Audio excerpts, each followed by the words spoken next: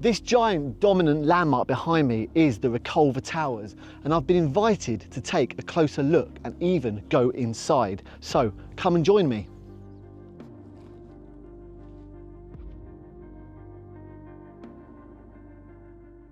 This is Nathan. Nathan, thanks so much for meeting me here today. No problem. So for those that don't know about these towers, can you give me a brief description? So the whole site sits on a Roman fort that was built in AD 43, and then it's obviously gone through the years over sort of different periods, sort of from a Saxon monastery to a parish church, and then the towers that we see today are all that's basically left. So yeah. And what's your position with so I'm a lead volunteer for Reculver, so yeah. I'm the one that looks after the scheduled ancient monument of Reculver, so everything from the Roman walls to nice the towers. One. So. Brilliant. Let's go and have a look then.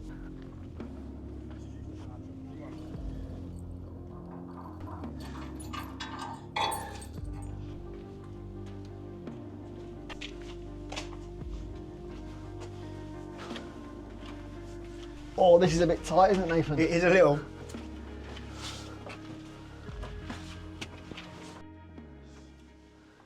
And then here we are on level 1. Wow. Awesome.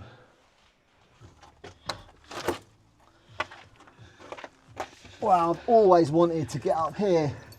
Oh, it's so small, isn't it? It certainly is. Wow, that view. So the original thing was Roman fort, which is what, 2,000 years ago? Yes, pretty much, yeah.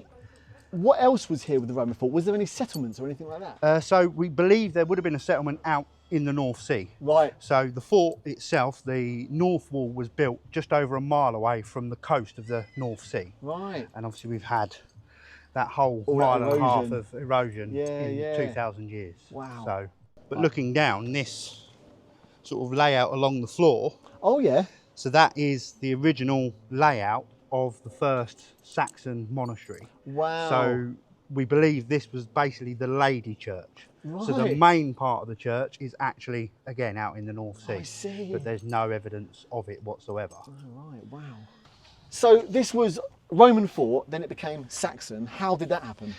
So when the Romans left in sort of AD 410, the site pretty much lay dormant for about 200 years. Right. The land was owned by the kings of Kent, and then King Egbert in 669 granted Abbot Basser Right. the rights to the land to build a monastery. Right, wow, interesting.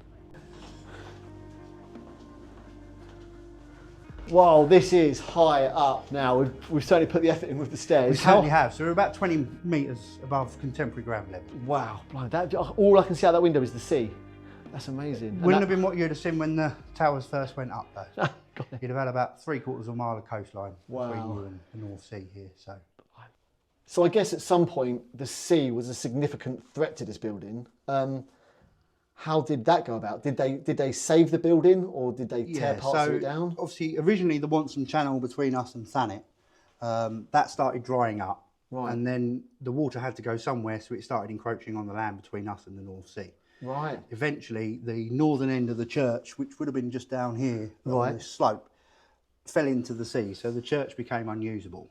Right. Therefore, the church was starting to be demolished then by local farmers, and they were Right. selling it off illegally. Wow. Part of which went to Margate Pier.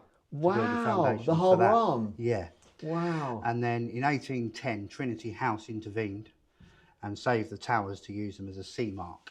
So a daytime lighthouse for ships sailing across the North Sea. Fascinating, wow. It's incredible that these towers have lasted all this time. And I know that on certain occasions you open these to the public. Can you tell us a bit more about that? Yeah, so the best thing to do is obviously have a look at the website, an English Heritage, and then obviously check our Facebook page. But we're generally open for about 9 to 10 weekends a year, free to enter. Right. But obviously with that, you know, you're more than welcome to make donations in order to keep the upkeep of the building going for the next 900 years. Nice one, brilliant. What a thing. People have got to come and see it, haven't they? It's great. Absolutely. Brilliant. So come along and check them out on their open days. Get wild.